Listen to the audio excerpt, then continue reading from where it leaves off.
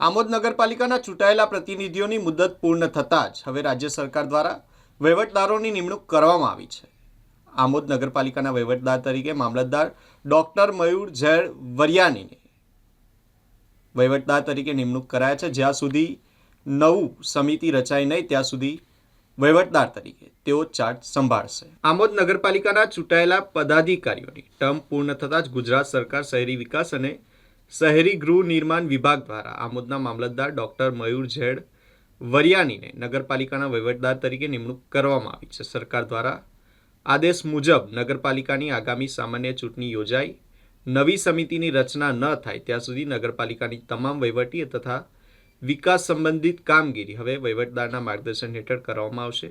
ઉલ્લેખનીય છે કે ગુજરાતમાં કુલ 71 નગરપાલિકાઓની ટર્મ આ માર્ચ 2026 દરમિયાન પૂર્ણ થઈ હતી અને જેને લઈને રાજ્ય સરકાર દ્વારા વિવિધ નગરપાલિકાઓમાં વહીવટદારોની નિમણૂક કરવામાં આવી છે. બીજી તરફ ચૂંટણી પંચ દ્વારા ટૂંક સમયમાં નગરપાલિકાની ચૂંટણી જાહેર થવાની શક્યતાઓ વચ્ચે આમોદમાં પણ રાજકીય માહોલ ગરમાયો છે.